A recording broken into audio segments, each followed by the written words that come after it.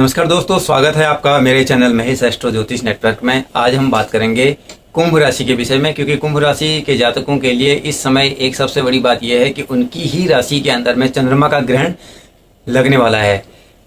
तो दोस्तों आज बात करते हैं 7 तारीख को लगने वाले चंद्र ग्रहण के प्रभाव के बारे में और कुंभ राशि के ऊपर में किस प्रकार का प्रभाव रहने वाला है, और क्या कुंभ राशि वालों के लिए यह समय अत्यधिक क्रूशियल रहेगा या कुंभ राशि वालों को इसमें किसी तरीके के नुकसान होने की संभावनाएं हैं, या कोई कार्य उनके बनने में किसी भी तरीके की विघ्न बाधाओं को उनको फेस करना पड़ेगा। इस विषय में बात करते हैं। तो चंद्रमा की राशि है वह कुंभ रहेगी ग्रहण वाले दिन, और उसके बाद चंद्रमा अपनी राशि में हर 2.25 दिन के अंदर में गोचर करते हैं, यानी कि अपनी राशि को 2.25 दिन के अंदर बदल देते हैं। और 2.25 दिन के अंदर में जब यह बदलते हैं तो इसमें 2.25 नक्षत्रों की एक राशि होती है। तो जो नक्षत्र होते हैं उन नक्षत्रों में हर ग्रह का अपना एक अलग सेपरेट नक्षत्र होता है। तो यह सबसे बड़ी बात होती है कि जिस समय यह ग्रहण लगेगा उस समय कौन से नक्षत्र के अंदर में चंद्रमा रहेंगे। तो दोस्तों उस समय चंद्रमा रहेंगे पूर्वा भाद्रपद नक्षत्र के अंदर। यह नक्षत्र कुंभ राशि के लिए आता है। सबसे पहले कुंभ राशि के जातकों को अपने स्वास्थ्य के लिए ध्यान देने की आवश्यकता रहेगी। अपने हर एक कार्यों के ऊपर में फोकस बनाकर रखने की आवश्यकता रहेगी। यदि वह अपने किसी काम में बहुत जल्दीबाजी करते हैं तो उस जल्दीबाजी को ना करके कार्य को सोच और समझ के साथ और समय लेकर के करें। तो बात करते हैं इस महीने के सितंबर मास के अंदर में 2 ग्रहण पड़ेंगे। दोनों ग्रहणों का जो समय रहेगा वह रहेगा पितृपक्ष का आरंभ और पितृपक्ष की समाप्ति, यानी कि पूर्णमासी तिथि के अंदर में चंद्र ग्रहण रात्रि काल में लगने वाला है। चंद्र ग्रहण का सूतक दिन में 1 बजे से लगेगा और चंद्र ग्रहण रात को 9:57 से शुरू होगा, और यह ग्रहण लगभग रात्रि काल में 3 घंटा 29 मिनट तक चलेगा। तो कोई भी ग्रहण जब लगता है तो उसका सूतक काल होता है। सूतक काल उन ग्रहणों का मान्य होता है जो ग्रहण पूर्ण रूप से खग्रास रूप में दिखाई देते हैं। तो यह ग्रहण इस समय इस वर्ष का अब तक का सबसे बड़ा चंद्र ग्रहण माना जाएगा। इस ग्रहण के अंदर में पड़ने वाले सभी राशियों के ऊपर में क्या क्या प्रभाव पड़ेंगे उनकी आपको अलग अलग राशियों के हिसाब से हम जानकारी ग्रहण तक प्राप्त करवा देंगे। सभी प्रकार के इसमें नुकसान और फायदे अलग अलग तरीके से हो सकते हैं, क्योंकि हर व्यक्ति की कुंडली के अंदर में उसकी कुंडली की जो राशि है उस राशि का जो लग्न है उस लग्न पर प्रभाव सबसे पहले दिखाई देता है। यानी कि अगर किसी व्यक्ति की कुंभ लग्न की राशि और कुंभ ही लग्न भी है तो कुंभ लग्न और कुंभ राशि वाले जातकों के ऊपर में चंद्रमा ग्रह का जो इफेक्ट होगा वह उतना खराब नहीं माना जाएगा। यदि किसी व्यक्ति की कुंडली के अंदर में यह राशि 6, 8वें और 12वें भाव में पड़ने वाली होगी तो ये समय उनके लिए अत्यधिक स्वास्थ्य से संबंधित समस्याएं चलेंगी। और अब बात करते हैं सूर्य ग्रहण की, यानी कि आज से अगर हम देखते हैं या 7 सितंबर से लेकर के पितृपक्ष प्रारंभ हो रहे हैं। तो इस बार पितृपक्ष में 2 ग्रहण पड़ेंगे। दूसरा ग्रहण सूर्य ग्रहण अमावस्या के दिन पड़ेगा, तो यह 21 तारीख को पड़ेगा, लेकिन सूर्य ग्रहण का यहाँ उतना कोई प्रभाव नहीं रहेगा। तो इस ग्रहण से ले हमें किसी भी तरीके की कोई सावधानी की आवश्यकता नहीं होगी, पर ग्रहण लगेगा। तो पितृपक्ष में दोनों ग्रहणों का पड़ना भी अपने आप में बहुत अच्छी बात नहीं है। यह बहुत सालों के बाद में ऐसा संयोग बन रहा है कि पितृपक्ष में यह ग्रहण पड़ेगा। लेकिन उन लोगों के लिए एक बात यहाँ पर आती है जो लोग पूर्णमासी के दिन अपने पूर्वजों का श्राद्ध करते हैं, तो उनको यह श्राद्ध कर्म 1 बजे से पहले दिन में करना होगा, क्योंकि सूतक काल के बाद में किसी भी प्रकार का पका हुआ अन्न किसी व्यक्ति को दान नहीं किया जा सकता और खुद भी नहीं खाया जा सकता है। तो मित्रों, कुंभ राशि के जातकों के लिए पेट से संबंधित समस्याएं, टेंशन, बनते हुए कार्यों में काफ़ी उतार चढ़ाव रहने की संभावनाएं रहेंगी। स्वास्थ्य से संबंधित चीज़ों को लेकर के अगर उनके दिमाग में कोई ऐसी समस्या चल रही है जो बहुत लंबे समय से बीमारी का रूप धारण कर रही है, तो पहली बात यहाँ पर यह आएगी कि उनको सोचना या टेंशन लेना कम करना पड़ेगा। और दूसरी चीज़ यह है कि उनको पेट से संबंधित रोगों की समस्या हो सकती है, और अब से लेकर के लगभग 1 महीना या 40 दिन के आसपास तक का समय आपके लिए थोड़ा सा क्रूशियल रहेगा। हेल्थ को लेकर के अधिकतर चीज़ों में देखिए, चंद्रमा ग्रह स्वास्थ्य को बहुत गहराई से देखता है। चंद्रमा हमारे जीवन में जल तत्व का कारक है, हमारे सोच, विचार, मन और मस्तिष्क का कारक है। भाग्य को भी यह ग्रह सपोर्ट करने वाला है। यदि हमारे चंद्रमा ग्रह पर शनि ग्रह का प्रभाव कुंडली में अशुभ होगा तो यह हमें मानसिक तौर पर अधिक प्रभावित करेगा। चंद्रमा ग्रह का प्रभाव यदि अच्छा होगा तो यह हमें उतना प्रभावित नहीं करेगा। लेकिन यहाँ पर बात यह आती है, ग्रहण के समय में चंद्रमा, शनि और राहु यह सभी कुंभ राशि में ही विद्यमान होंगे। तो मित्रों, यहाँ पर जो ग्रहण लगेगा वो राहु से लगेगा, तो ऑब्वियसली राहु कुंभ राशि में गोचर कर रहे हैं। कुंभ राशि वाले जातकों के लिए राहु का प्रभाव भी चंद्रमा को पीड़ित करेगा। तो वह राहु जो है हमारे मन को भटकाता है। तो यह स्वास्थ्य के लिए, पढ़ने वाले बच्चों की पढ़ाई के लिए और जो काम करने वाले लोग हैं उनके कामकाज को भी यह प्रभावित कर सकता है। तो आपको अपने सभी कार्यों में अगर जरूरी ना हो तो किसी प्रकार की जल्दीबाजी नहीं करनी चाहिए, सोच समझ करके अपने काम करें।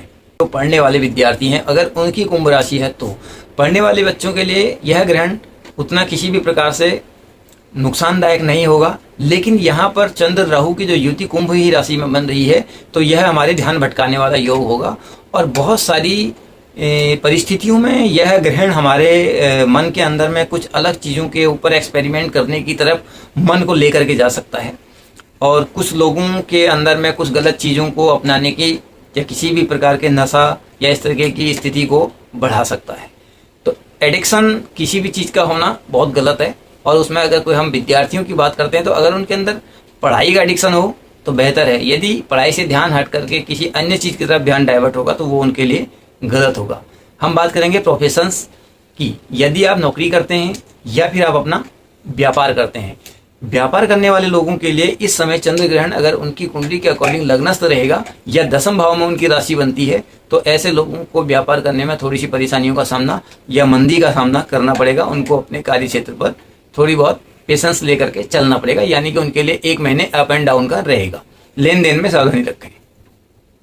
यदि वह किसी के साथ में फाइनेंशियल डील करते हैं या किसी अन्य तरीके की और डील करते हैं, विशेष तौर पर चांदी से संबंधित या धातु से संबंधित व्यापारियों को इस समय अत्यधिक सावधानी की आवश्यकता रहेगी। अब हम बात करेंगे जो लोग नौकरी करते हैं। जॉब करने वालों के लिए ईमानदारी से काम करना, अपने काम को समय पर पूरा करना, किसी भी प्रकार से किसी की चुगली इधर से उधर ना करना, ये सारी चीज़ें उनके लिए लाभदायक रहेंगी। शनि हमारे कर्मों का फल देने वाला ग्रह है। राहु भी लगभग उसी प्रकार से चलता है। कलयुग में दो ग्रह यानी कि शनि और राहु दोनों ही एक्टिव कंडीशन पर रहते हैं। राहु हमारी इच्छाओं का ग्रह होता है। वह हमारे सामने अनेकों तरीके के जाल बिछाता है, हमें अनेकों तरीके के लालचों को देता है। अगर उनसे संबंधित चीज़ों को हम समझ लें और उन पर हम अपना दिमाग लगा करके डिसीजन लें तो किसी भी प्रकार के परेशानी में हम नहीं फंसेंगे, किसी तरीके की समस्या का हम सामना कर सकते हैं। और अगर कहीं हम लालच में आ गए तो फिर राहु हमको फंसा देता है। क्यों? क्योंकि जिस राशि में इस समय यह ग्रहण लग रहा है वो उसका स्वयं मालिक शनि है, वो सच्चाई के मार्ग को दिखाने वाला है। राहु उसके विपरीत कार्य करने वाला ग्रह है और यही दो ग्रह आपस में एक दूसरे की तरफ खींचातानी वाली कंडीशन में रह करके व्यक्ति के माइंड को डाइवर्ट करते हैं और कभी कभार आदमी गलत तरीके से, जैसे कोई जुआ, सट्टा, लॉटरी, शेयर मार्केट, इन चीज़ों में अपना पैसा इन्वेस्ट कर देता है या किसी तरीके के अलग गलत कार्यों में भी पैसा वो लगा देता है। तो इन चीज़ों से बचना चाहिए। स्पेशल उन लोगों को बचना चाहिए जो केवल नौकरी करने वाले हैं। तो मित्रों, यह ग्रहण दोष अपने आप में एक बहुत महत्वपूर्ण ग्रहण होगा।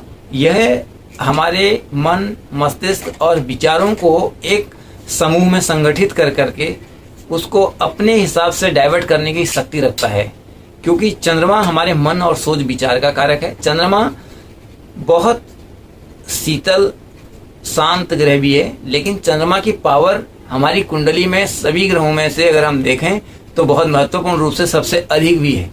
यही चंद्रमा है जो अपने पूर्ण आवेग पर आने पर समुद्र में ज्वार भाटा जैसे चीज़ों को लेने के लिए जाना जाता है।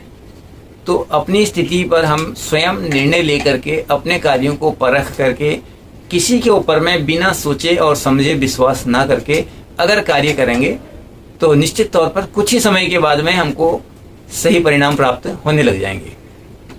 तो मित्रों, ग्रहण दोष के लिए सबसे पहली बात यही है कि हमें डरने की आवश्यकता नहीं है। यह एक खगोलीय परिक्रमा है ग्रहों की।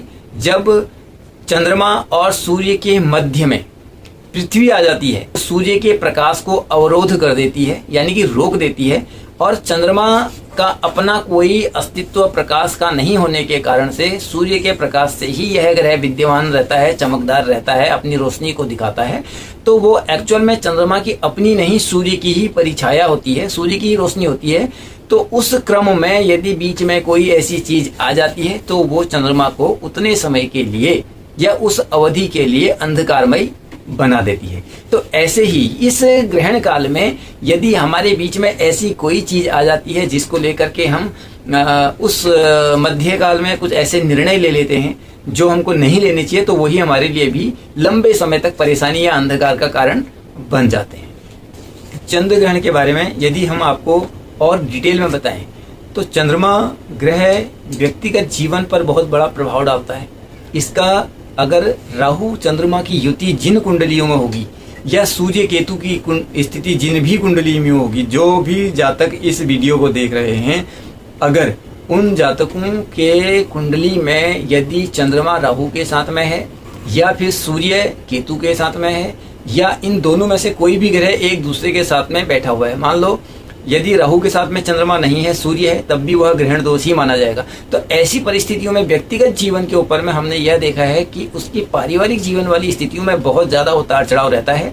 व्यक्तिगत जीवन में मतभेद बहुत ज्यादा रहते हैं क्योंकि माता पिता का कारक इन ग्रहों को माना गया है। तो चंद्रमा माँ और सूर्य पिता और बड़े भाई का भी कारक होता है। इन ग्रहों का प्रभाव कभी कभार अपने ही घर के अंदर में माता पिता के साथ में भी हमारे संबंधों को बहुत खराब कर देता है। तो माता पिता के साथ संबंध अच्छे रखने से, उनके साथ में अपने विचारों को बांटने से, उनसे प्रेम व्यवहार बनाकर रखने से भी इन ग्रहों का अशुभ प्रभाव हमको नहीं मिलता है, उससे बचा जा सकता है। तो यह जो योग होता है, इस योग के अंदर दाम्पत्य जीवन से जुड़ी हुई समस्याओं को भी देखा जा सकता है। ग्रहण काल में इनके निवारण के लिए एक अच्छा सबसे बड़ा उपाय यह है, आप भगवान शिव के किसी भी मंत्र का जाप कर सकते हैं।